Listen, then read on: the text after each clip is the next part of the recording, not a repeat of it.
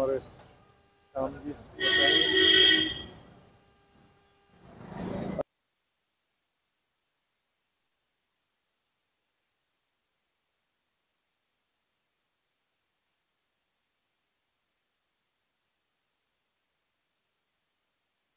Actually मेरी बेटी बॉम्बे से आई हुई है, तो उसने कुछ ज्वेलरी की आवश्यकता थी।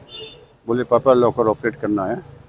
तो आज मैं स्टेट बैंक ऑफ इंडिया पलहड़ा की ब्रांच में 3:25 पर आया और अकाउंटेंट मैडम ने एंट्री करवा कर और हमको अंदर लॉकर रूम में ले गई।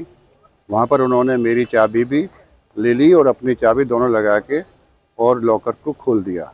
वहाँ पर ऐसा आभास हुआ था कि जैसे लॉकर पहले से ही खुला हुआ था, क्योंकि मेरी वाली चाबी मेरी बेटी ने देखा, उन्होंने घुमाई नहीं थी। फिर वो चली गई अपनी चाबी निकाल के, मास्टर की जो होती है बैंक वालों की।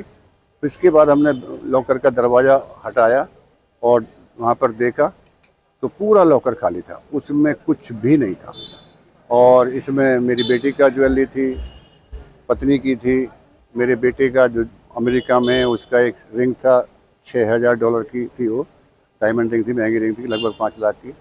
और मेरी भी एक अंगूठी थी, एक छोटी सी मेरा वो था चेन।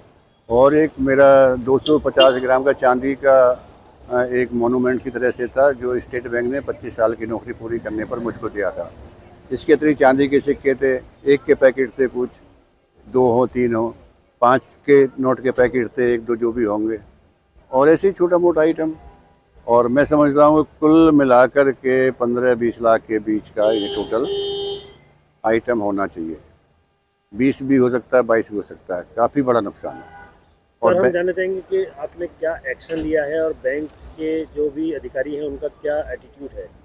बैंक के अधिकारियों का एटीट्यूड तो बड़ा एक तरह से अनकोऑपरेटिव कहेंगे शुरू में। तो फिर जब वहाँ पर मीडिया पहुँच गया, थोड़ा सा पुलिस वाले आ गए, तो उनका एटीट्यूड थोड़ा ठीक हुआ।